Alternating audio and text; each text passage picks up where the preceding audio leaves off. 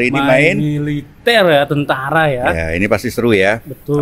Karena kita juga melihat nih Ahad lalu ya kan itu ada acara yaitu upacara apa namanya lengkapnya? Upacara apa ya? Upacara gelar pasukan operasional dan kehormatan militer di Batu Jajar ya.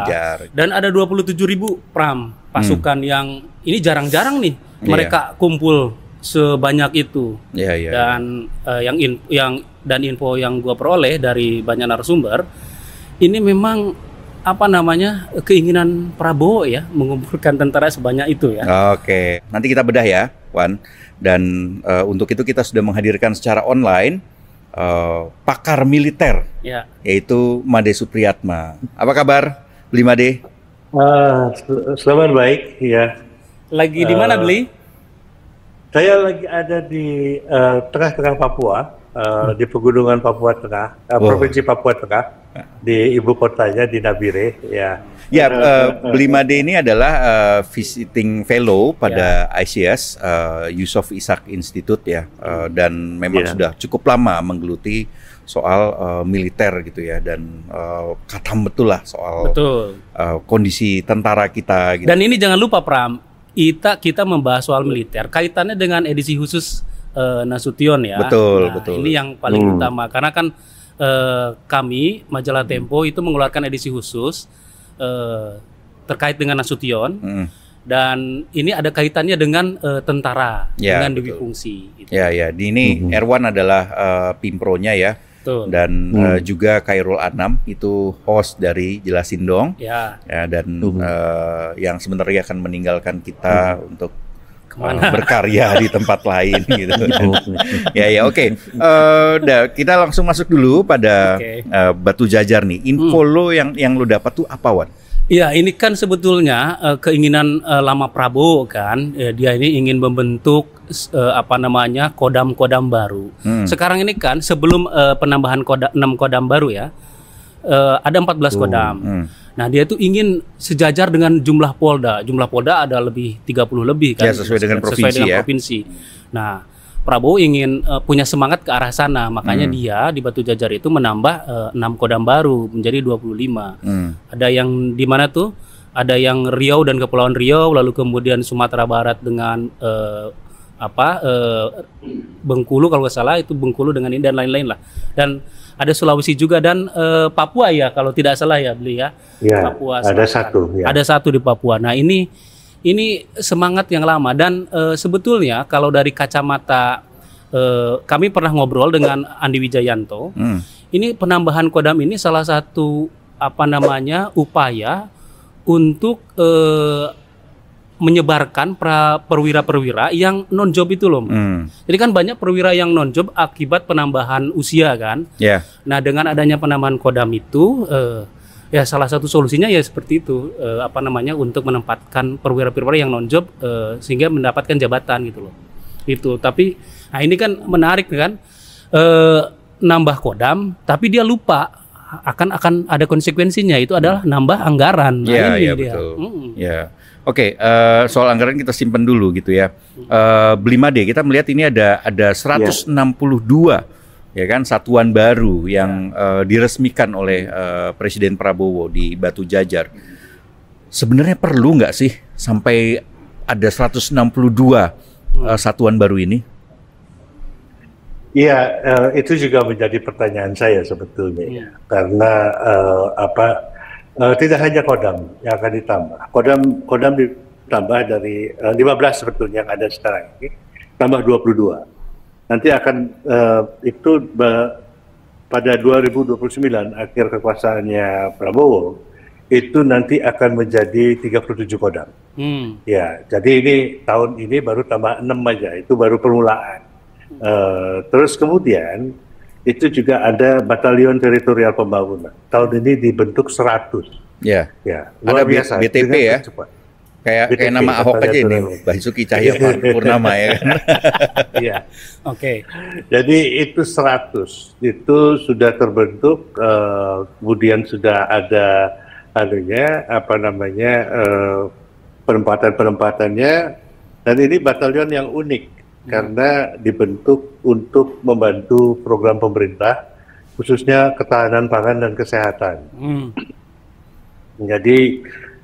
Jadi nanti akan punya kompi.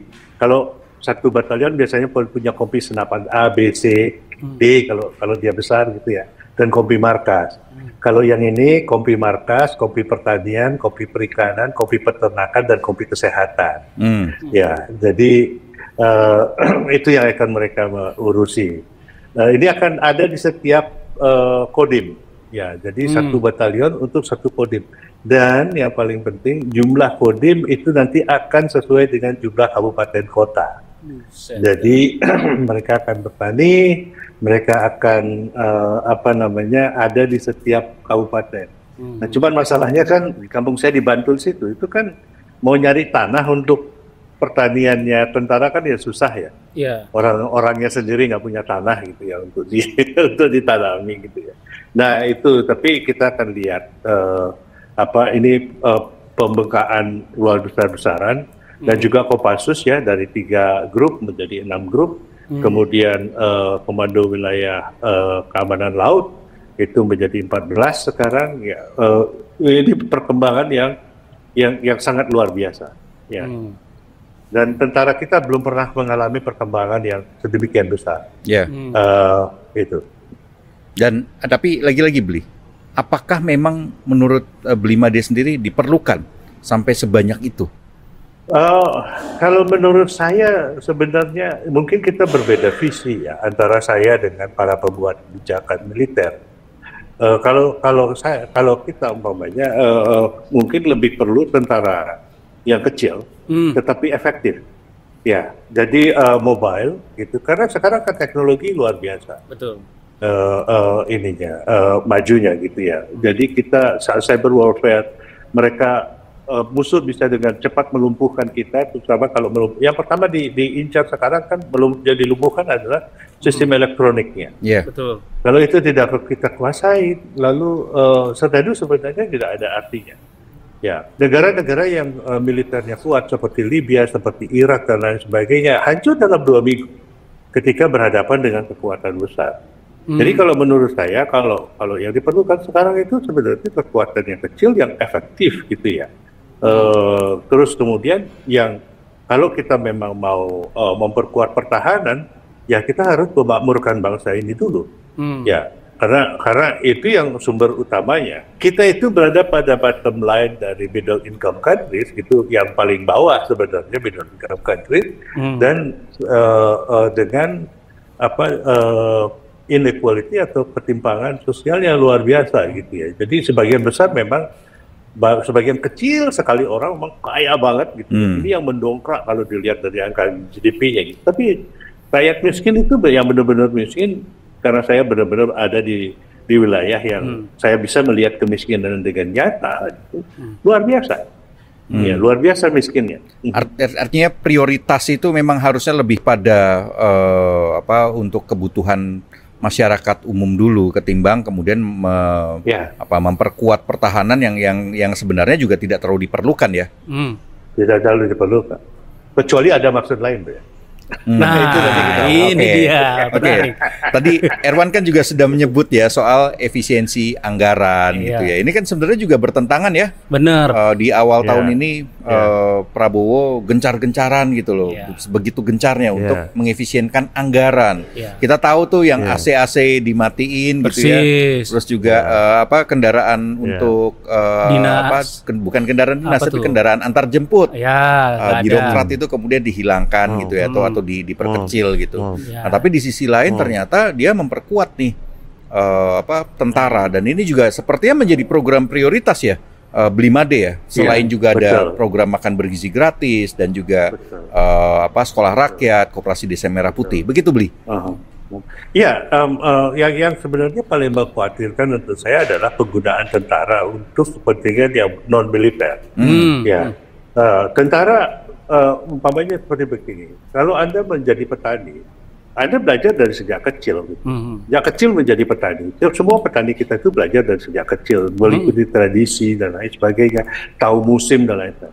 Kemudian sekarang suruh tentara, ada tentara dikasih pertanian, sekalipun diberikan peralatan-peralatan modern, ya akan bisa catch up.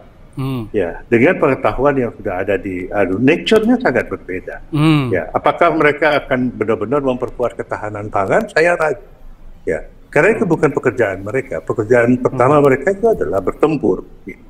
Jadi mengacaukan ini nanti yang saya khawatirkan bertempurnya nggak dapat, ya bertaninya juga nggak dapat. Iya, ya. Dan terus ada contoh yang gagal kan beli ya. Misalnya ada banyak contoh gagal. Program cetak sawah itu kan gagal itu cetak di zamannya Gatot Nurmantio itu tuh sempat juga kami tulis. Lalu kemudian yang terakhir itu program food estate yang di Kalimantan Tengah. Itu juga kan gagal. Mau nanam singkong ternyata gagal di sana. Ada tumbuhnya beda tapi. Artinya sebetulnya ada presiden yang buruk gitu loh, bahwa tentara masuk ke pangan itu menimbulkan kegagalan gitu ya kan, beli kira-kira gitu. Betul itu di satu sisi juga. Di sisi yang lain kemudian pelibatan tentara dalam berbagai macam kebijakan, walaupun bukan tentara langsung ya, seperti namanya Satgas Penertiban Kawasan Hutan. Itu kan ada MOU antara Menteri Kehutanan dengan Mabes TNI. Betul. Terus kemudian Kasum TNI itu menjadi pelaksana dari Satgas PKH. Yang tugasnya mengamankan sawit-sawit yang disita oleh Kejaksaan Agung. Ini baru disita loh ya, belum masuk ke pengadilan gitu ya. Terus kemudian ini diberikan ke Agrinas. Siapa di Agrinas kita tahu sendiri semua. Militer semua ada di situ. Dan tiba-tiba hanya dalam waktu 2 bulan Agrinas menjadi pemain besar sawit. Nah, saya meragukan apakah kita belum lihat ya. Mungkin setelah 1 tahun kita baru akan lihat bagaimana hasilnya. Bagaimana kinerja mereka, mampu nggak mereka bekerja, apakah ini hanya sekedar rent seeking gitu ya. Jadi artinya karena mereka nggak mampu mengelola kebun, ya terus serahkan kepada penguasa yang lama, perusahaan yang lama mengelola gitu, terus kemudian dapat persentasenya aja, ya itu kan ini rent seeking murni gitu kan. Terus kemudian nanti akan ada keterlibatan bahwa tentara akan mensuplai 84.000 apotek yang dikelola oleh koperasi desa, ya karena tentara sudah mengubah laboratorium militer yang menjadi pabrik obat, ya itu kan rencananya. Gitu. Jadi bayangkan kepentingan ekonominya luar biasa, dan ini kan bukan tugas militer. Ngomong soal difungsi, ya kan Tempo menerbitkan edisi khusus Jenderal Abdul Haris Nasution gitu ya. Ini kan dia adalah pencetus jalan tengah, konsep jalan tengah yang kemudian berujung pada difungsi tentara, Wan. Nah, ini seperti apa nih, Wan? Edisi khusus kali ini kita menghadirkan sosok Nasution. Iya, betul Pram. Jadi ini edisi khusus yang dirancang sejak 2 bulan lalu dan melihat kondisi sekarang bagaimana militer ini begitu masuk ke sendi-sendi kehidupan kita ya. Karena itu ketika ada dirapatkan di redaksi, ada perdebatan ya antara 2 tokoh waktu itu kalau tidak salah, Nasution dan satu lagi siapa Mas? Nanti aja kita sebutkan. Jangan dan satu lagi. Nah itu akhirnya kami memilih Nasution karena itu tadi ada multifungsi tentara yang luar biasa. Nah kami diskusi dengan banyak narasumber, termasuk juga dengan Blimade ya, sampai Blimade juga kami minta membuat kolom Bli. Nah, dengan banyak narasumber sampai kemudian juga mendatangi rumah tempat kelahirannya Nasution di Huta Pungkut di Mandailing Natal, dan juga wawancara dengan cucu-cucunya seperti itu. Dan memang yang kami highlight waktu itu salah satunya adalah soal difungsinya. Bagaimana Nasution sampai melahirkan konsep difungsi itu? Ya, jadi Nasution ini berpidato, Pram, di Akademi di Akmil Magelang. Kalau tidak salah 12 November tahun 58. Jadi di hadapan para calon tentara ini, dia pidato berapi-api soal tentara itu harus seperti apa. Kata Nasution, tentara itu jangan seperti alat politik di Amerika Latin ataupun seperti di Eropa menjadi alat kekuasaan. Tentara itu harus menyatu dengan masyarakat, harus punya jiwa sosial, kira-kira seperti itu. Nah, dengan pidato seperti itu lalu kemudian diajawantahkan oleh seorang profesor itu menjadi jalan tengah tentara. Yang ujungnya adalah ya sebetulnya duit fungsi tentara, kira-kira seperti itu. Dan yang menarik nih Pram, ada satu penyesalan dari Nasution ketika Dwi Fungsi ini semakin merajalela. Gua diceritain sama Ilham Aidit. Ilham Aidit ini anak dari DN Aidit. Jadi Ilham Aidit ini dapat beasiswa dari yayasan yang didirikan oleh Yohana Sunarti. Yohana itu istrinya Nasution. Jadi tiap Lebaran itu dia datang ke rumah Nasution. Nah, di tahun 81 atau 82 nih, Ilham Aidit ini diajak Nasution ke ruang perpustakaan dia, tempat dia menulis. Nah, kata Ilham, ini satu-satunya momen Nasution ini ngomongin politik sama gua katanya tuh. Karena waktu itu dia Nasution ikut petisi 50 tahun 80. Berarti tahun 81 tuh peristiwa itu. Nah, kata Ilham, dia ini mengeluhkan Soeharto waktu itu karena sudah kebablasan, terutama mengejawantahkan Dwi Fungsi ala dia itu. Dan dia ya intinya inilah mumet dengan urusan Soeharto dan waktu itu kira-kira seperti itu. Nah, tapi menurut Blimade sendiri, apakah memang ini warisan yang negatif dari seorang Nasution atau bagaimana, Bli? Kalau menurut saya, Nasution cuma ingin meletakkan posisi tentara ketika berhadapan dengan situasi spesifik pada tahun-tahun demokrasi terpimpin itu. Sesudah itu, dari kesan saya itu tentara memang harus punya suara, tetapi hanya di tingkat MPR. Untuk merumuskan semua tujuan nasional yang besar gitu. Pembangunan 25 tahun. Itu konsepnya Nasution. Dari seingat saya dari interview saya tahun 90 itu yang, dan juga dari baca-baca buku-buku dia ya, memenuhi panggilan tugas 1 sampai 6 itulah yang diinginkan oleh Panas. Panas tidak ingin tentara ikut campur dalam politik sehari-hari. Tapi ikut campur dalam politik, merumuskan, katakan sekarang kalau dalam tafsiran saya, merumuskan grand strategy untuk bangsa Indonesia. Sosok Nasution ini menarik ya. Nasution ini kan juga berpolitik. Pada masanya dia sempat juga bersama para tentara lain mendirikan partai, tapi kemudian partainya kalah dibandingkan PKI. Jauh sekali gitu kan. Dan hubungan dia dengan PKI itu kan juga sebenarnya naik turun ya. Itu menarik sekali tuh kalau karena gue bagian dari yang mengedit juga gitu. Itu bagaimana Nasution itu sangat membenci komunis, ya kan? Tapi dia mendapatkan bantuan dari komunis ketika kemudian dia datang ke Rusia gitu. Dia bisa sampai ke sana karena bantuan dari kader-kader PKI yang gitu menjembatani ya. Betul. Dan ada satu lagi cerita yang menarik tuh, hubungan Nasution dan komunis. Ternyata di perpustakaan pribadinya Nasution itu juga ada Das Kapital. Gitu loh. Itu ceritanya nanti teman-teman bisa baca di edisi khusus majalah Tempo. Nah, tapi kembali ke soal kita merilitkan Nasution nih ya, Wan ya, dengan kondisi seperti sekarang. Blimade melihat nggak ini satu pencetus Dwi Fungsi, yang satu lagi adalah orang yang mempraktikkan Dwi Fungsi. Apa bedanya antara Nasution dan Prabowo? Berbeda sekali dengan tentara kebanyakan, Indonesia kebanyakan. Beliau sangat intelek ya, di tengah dengan tentara-tentara yang berasal dari peta yang kebanyakan, bahkan Sudirman sendiri sebenarnya hanya lulusan setara SMP ya. Soeharto juga setara SMP. Nasution ini adalah seorang teknokrat militer, tapi juga terpengaruh karena dia masih muda sekali ketika revolusi ya, umur 30-an itu sudah menjadi wakilnya Pak Dirman gitu ya. Wakil Panglima Angkatan Perang Indonesia. Karena beliau ini salah satu dari lulusan Akademi Militer di Bandung yang kemudian menjadi perwira NIL. Jadi tahu teori militer, tahu teori strategi dan lain sebagainya, sehingga mampu membaca juga tentang strategi gerilya.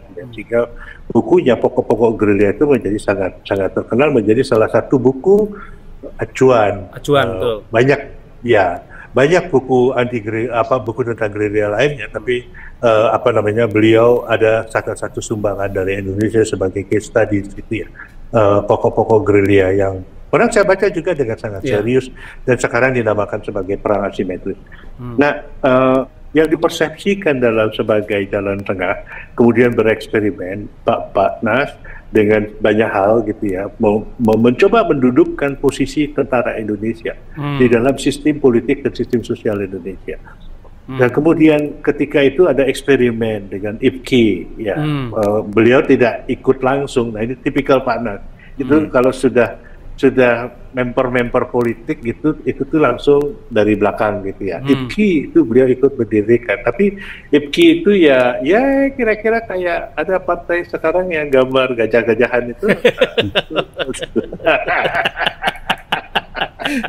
Itulah hasilnya. Hasilnya dalam pemilu itu ya seperti begitu itu gitu. Jadi hanya dapat kurang 1% ya. 1% beli ya. 1% dari suara ya. Satu suara dari juga tidak di konstituante, terus kemudian mikir bahwa ya jelas tentara ini nggak bisa berpolitik. Lalu bagaimana caranya? Akhirnya pada waktu itu karena melihat situasi politik menjelang dekret presiden, kembali ke Undang-Undang Dasar 45, Soekarno pingin itu, akhirnya merumuskan posisi tentara ini di mana di sini. Karena sebenarnya yang meminta itu adalah Bung Karno.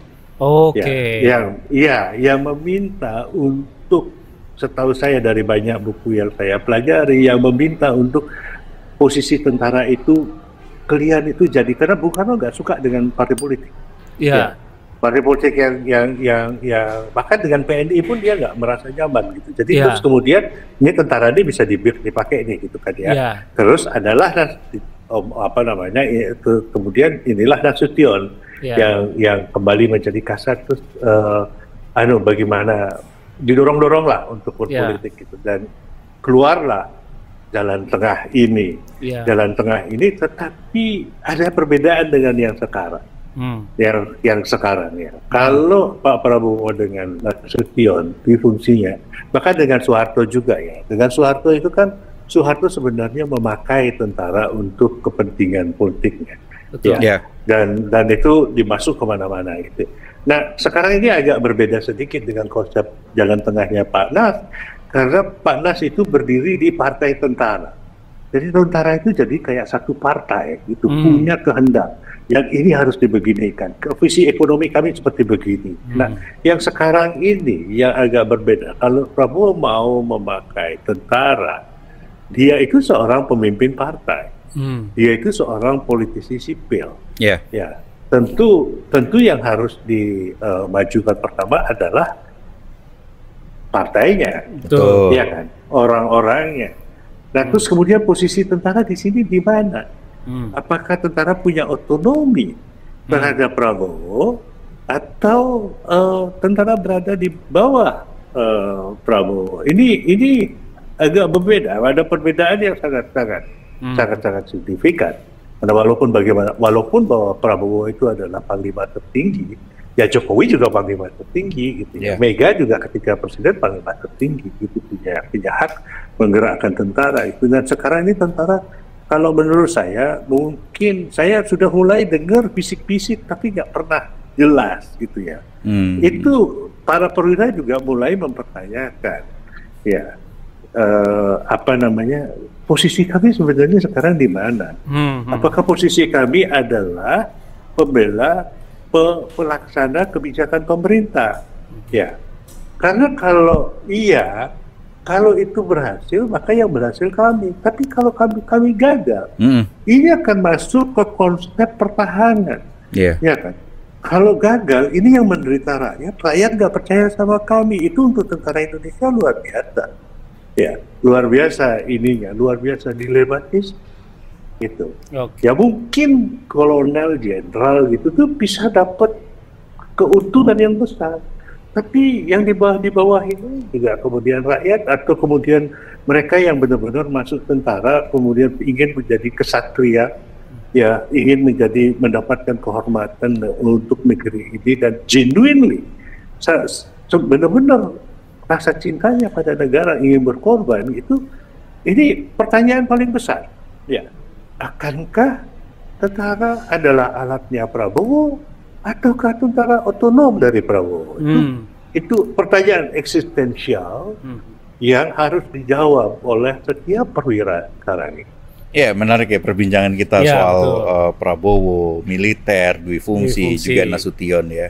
Rasanya cukup ya untuk kali ini ya. Betul, karena sudah komprehensif dengan Blimade ya. Ya, betul. Ya, teman-teman bisa bacalah nanti semuanya itu ya soal sosok Nasution yang kalau kita melihat lagi dari awal sampai akhir itu, dan juga banyak hal baru di situ. Itu liputan yang komprehensif soal Nasution, jadi teman-teman bisa membacanya di majalah Tempo. Jangan lupa langganan. Betul, dan ada kolom Blimade juga di situ, dibaca juga. Terima kasih. Ya, terima kasih Blimade sudah menemani kami untuk berbincang-bincang bersama di Bocor Arus Politik. Kita akan berjumpa dalam lain kesempatan lagi, Blimade. Iya. Ya, terima kasih banyak undang saya ke sini. Senang. Ini selalu lucu dan segar. Iya. Makasih Blimade. Saksikan terus Bocor Arus Politik di YouTube Tempo.co dan Spotify. Bye-bye.